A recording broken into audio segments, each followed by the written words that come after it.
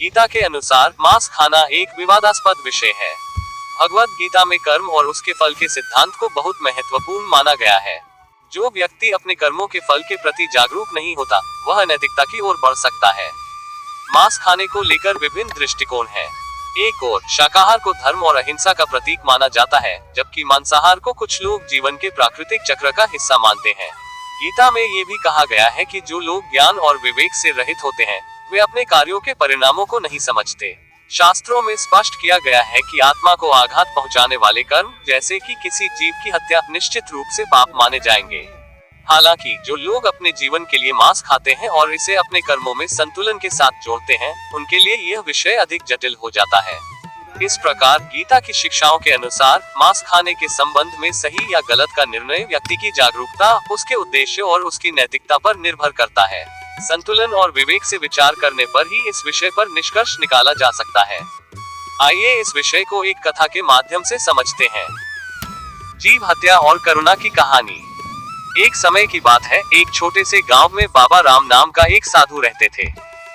गांव वाले उन्हें बहुत मानते थे, क्योंकि वे हमेशा करुणा और दया की बात करते थे। उनका मानना था कि सभी जीवों का जीवन अमूल्य है और हमें उनकी रक्षा करनी चाहिए। गांव में एक युवा लड़का अर्जुन बहुत शरारती था। वह खेल कूद में बड़ा माहिर था, लेकिन उसकी सोच हमेशा अपने बारे में होती थी। एक दिन अर्जुन अपने दोस्तों के साथ जंगल में खेलने गया।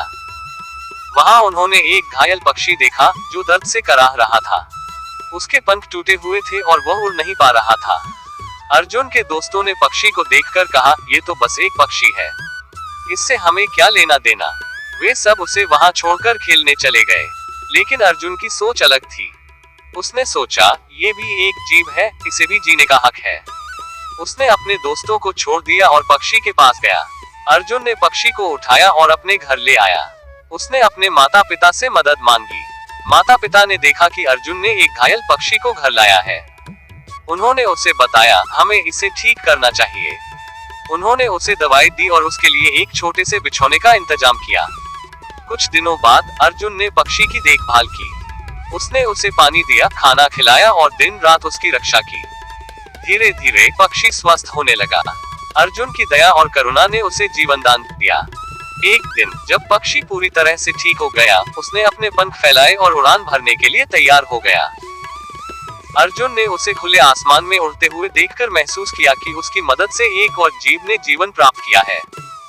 उसकी आंखों में खुशी के आंसू थे। इसी बीच गांव में एक समस्या पैदा हुई।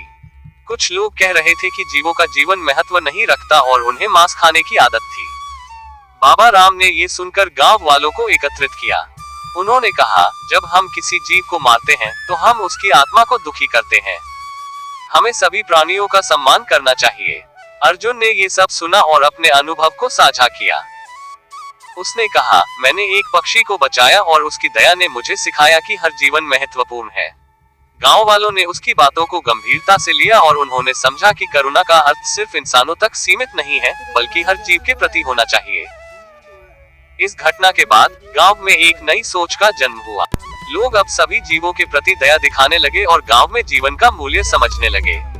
अर्जुन ने ये सीखा कि एक छोटी सी दया का कार्य भी किसी जीव की जिंदगी में बड़ा बदलाव ला सकता है।